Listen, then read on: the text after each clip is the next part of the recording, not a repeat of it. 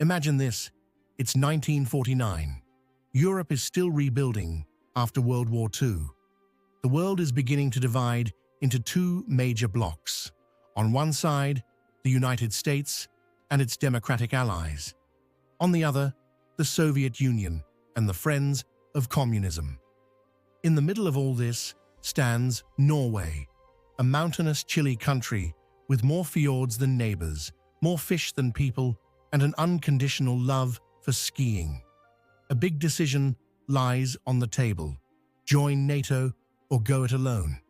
And then Norway says, nay takk, decides to stay neutral. No foreign military bases, no defense treaties, just Norway, codfish, and faith in diplomacy. But here's the thing. Norway is not Switzerland. It shares a long border with the Soviet Union. And we're not talking about a scenic mountain with happy cows and bells. We're talking about the Arctic, where geopolitics is as cold as the wind in a Finnmark winter. Without NATO, Norway would have to manage on its own. Massive investment in defense, a strong, well-equipped military. The budget that today funds winter sports and shiny infrastructure would have to cover tanks, fighter jets, and submarines. And it wouldn't stop there. Sweden and Finland might follow Norway's example, a neutral bloc in Northern Europe. Sounds nice on paper, until the Kremlin sees a wide open space with no protection, just waiting for some diplomatic visits, the kind that arrive in armored vehicles. During the Cold War, Norway was a key piece in the North Atlantic security puzzle. Without it, the United States would have had a serious strategic gap. And on the other side, the KGB would have a field day. With less surveillance in the Arctic and North Sea, Soviet submarines could cruise around like it's the 17th of May. In this alternate reality, Norway ends up exposed, alone, trying to stay neutral but feeling pressure from both sides. Like a neighbor who doesn't want to pick sides, but lives right in the middle of the crossfire. And the economy?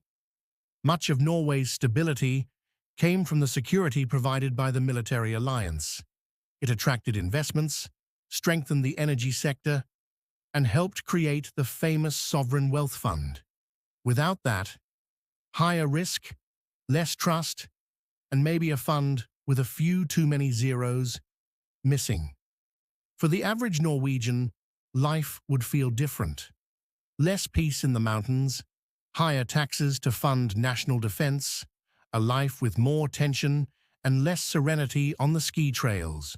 Now jump to the present. It's 2025. The war in Ukraine breaks out. Europe is on high alert, and Norway, still neutral, has to handle cyber attacks, disinformation, and economic pressure alone. No alliances, no instant support, just courage and creativity. Because deep down, NATO was never just about tanks and jets.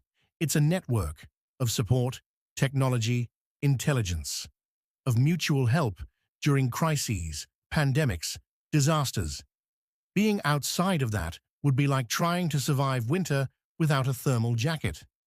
In the end, if Norway had never joined NATO, it might be more isolated today, more vulnerable, and maybe just a little less happy. But thankfully, history took a different path, and the codfish remains safe.